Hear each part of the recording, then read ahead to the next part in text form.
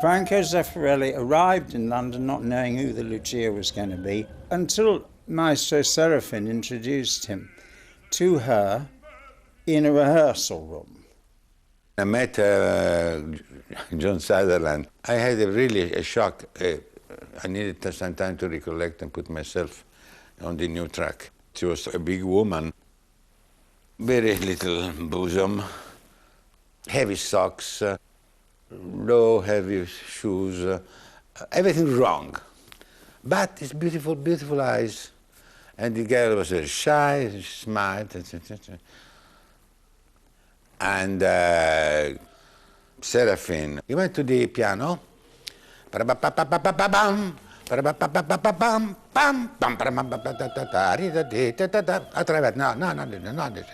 forse lui, forse lui. And this woman suddenly began to produce the most extraordinary sounds I've ever heard. And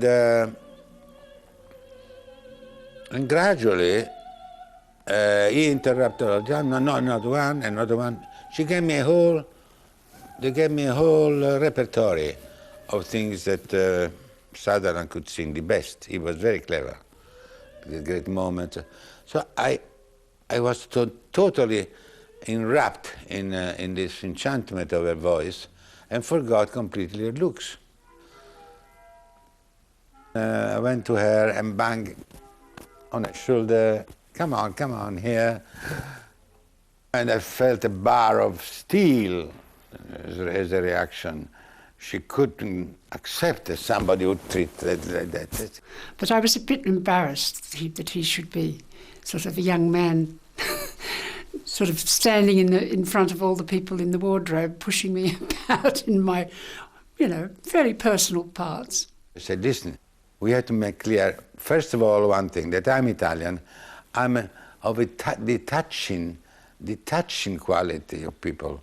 I have to touch. I was very naive, and he started pushing and pulling me about and said, we'll have to build these up. I want to know how much, how do you call it, mammelle, mammaries, how do you call it in English? Bosom. And we manage by putting the false seduction instruments that women use. He sort of made my body into something that it wasn't by cushioning bits here and there, and it helped to make the costumes look so much better. Then I began to work on the face, the curves of the period, the color of the period, and the cross around the shawls across the body to cut up. The result was fantastic.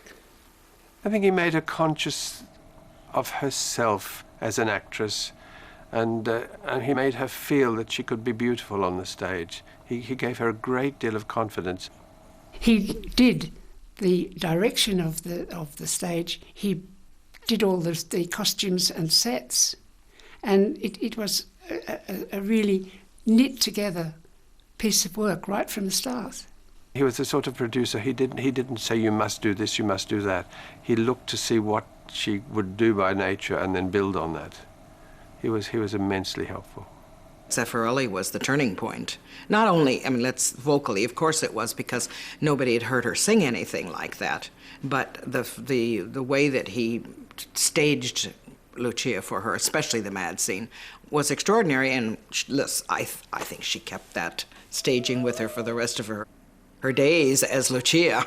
Absolutely. Franco was so clever. He gave her such clever things to do. Like disappearing in the middle of the chorus, and so one just heard her voice echoing the flute. There was an echo in the cadenza, and I just sort of ran upstage for the echo, and he said, keep it. He was very assertive sometimes and wanted something a certain way, but he let people do things off the cuff, as it were. Franco oversaw every aspect of the production and persuaded Sutherland to do things that she normally would never do. But Franco's plans to add extra realism, did not go down well with Maestro Serafin. He was making a lot of hints about that blood. A lot of dirty, stupid, vulgar hints.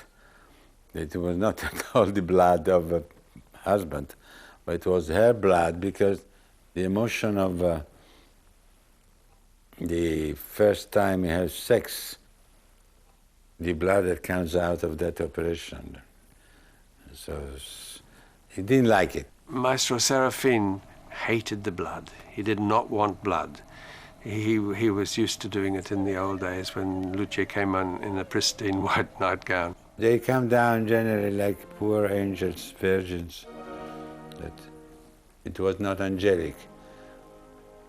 When she remembered Ardon Lincensi,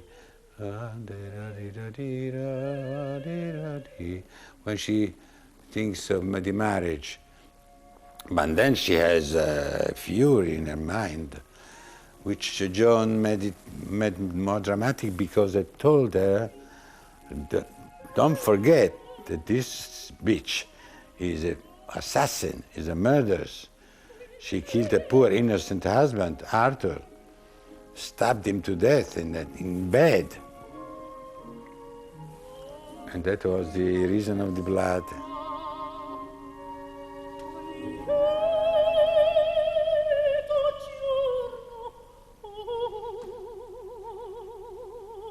Franco won the battle, and of course he was right. I mean, if she stabbed her husband God knows how many times, 30-odd times, there would have been a little blood around.